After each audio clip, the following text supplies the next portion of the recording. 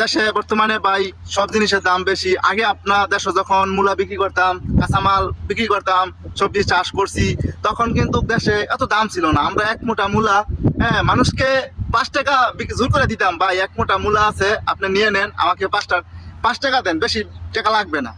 আর পরে মনে করেন টমেটো 4 টাকা 5 টাকা কিলো বেচতাম। একটা লাউ সর্বোচ্চ বেচলে 20 টাকা 25 টাকা বেচতাম, এর বেশি বেচতে পারতাম না। হ্যাঁ, এরপরে মনে করেন সব জিনিসের আলু 6 টাকা কেজি বেচতাম, 60 টাকা কেজি বেচতাম যখন আমরা কাঁচামালের ব্যবসা করতাম। হ্যাঁ, দেশে এরপরে মনে করেন এগুলা খেতে চাষ করতাম, এগুলা বাজারে এনে বিক্রি করতাম, এত দাম ছিল না। এখন বর্তমানে এক মোটা মূলা 1 কেজি মূলা, আগে কিন্তু আমরা কেজি হিসাবে কখনো মূলা খাই নাই। আমরা যারা আছি 25 বছর 20 বছর 40 বছর 30 বছর যারা আছিলাম, আমরা কিন্তু মূলা কেজি হিসাবে কখনোই কিনা খাই না। বর্তমানে জামানায় এখন 1 কেজি মূলার দাম 120 টাকা। 2 মোটা লাল শাক আগে 10 টাকা বেচতাম বেকারটা করে, ভাই 2 মোটা লাল শাক নেন 10 টাকা দেন। আর এখন 2 মোটা লাল শাকের দাম 60 টাকা। 1 কেজি উশি খুবই দাম। মানে আমি তো বর্তমানে 2 বছর ধরে প্রবাসে আছি, খালি মানুষে দেখি যে বলে যে এত শাকসবজি এত দাম, এত অবস্থা খুবই খারাপ। মানুষ এখন ইনকাম করতে পারে 1000 টাকা। একদিন যদি সারাদিন কষ্ট করে কাম করে তাহলে 1000 টাকা ইনকাম করতে পারে।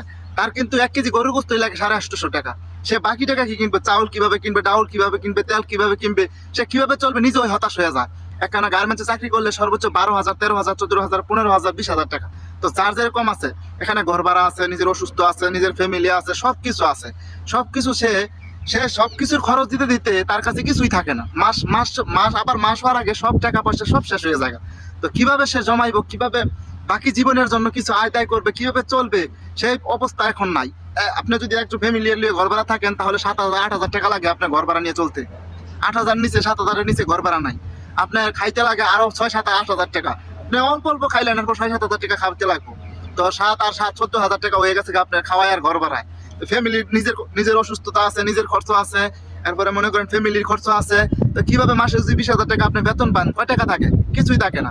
তো যারা যে চাকরি করে তারা বুঝে ফ্যামিলি কিভাবে চালানো। এরপরে যারা গ্রামে আছে, গ্রামে থেকে কৃষি চাষ করে নিজের ফ্যামিলিটাকে চালানো, যারা চালায় তারা বুঝতে পারে কতটুকু।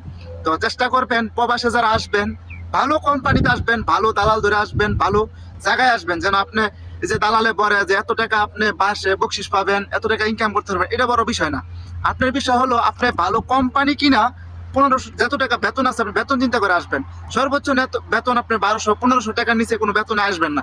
500-600 টাকা বেতনে আসবেন, প্রবাসে পাই জুত করতে পারবেন না, নিজে চলতে পারবেন না, ফ্যামিলিকে চালাতে পারবেন না। সবার কাছে খারাপ হয়ে থাকবেন, ভালো থাকবেন না। কি কারণে? আপনি যদি 900 টাকা বেতনে আসেন, 400 টাকা খানায়, 100 টাকা মোবাইল খরচ, আবার মাস শেষে সারা মাস তো 100 টাকা আসবে আপনার। ফ্যামিলিকে দিবেন কি? আপনি নিজে রাখবেন কি? নিজেই জমাবেন কি? লাস্টে যেরকম মানুষ আসছেন আপনার প্রবাস থেকে, সেরকম মানুষ হয়ে আবার দেশে যাইতে হবে। কি কারণে? আপনি দেশে কিছু করতে পারছেন না, এই প্রবাসে কিছু করতে পারছেন না, কিছুই করার মতো নাই। এর কারণে আপনি অল্প টাকা বেতনে আসছেন, ভালো কোম্পানিতে আসেন নাই, বকর সকর কোম্পানি, কিছু করতে পারে না। তো আপনার ঘরে বলি, আপনারা ভালো কোম্পানিতে আসবেন, ভালো মূল্যায়ন পাবেন, ভালো টাকা বেতন পাবেন, সবাইকে নিয়ে সন্তুষ্ট থাকতে পারবেন। যদি সবাইকে সন্তুষ্ট নিয়ে থাকতে পারেন, না থাকতে পারেন, তাহলে আপনি কোনো মূল্যায়ন পাবেন না, সবার মূল্যহীন লোক হয়ে থাকবেন। তো আজকের ভিডিওটা এই পর্যন্ত শেষ করতেছি। সবাই ভালো থাকবেন।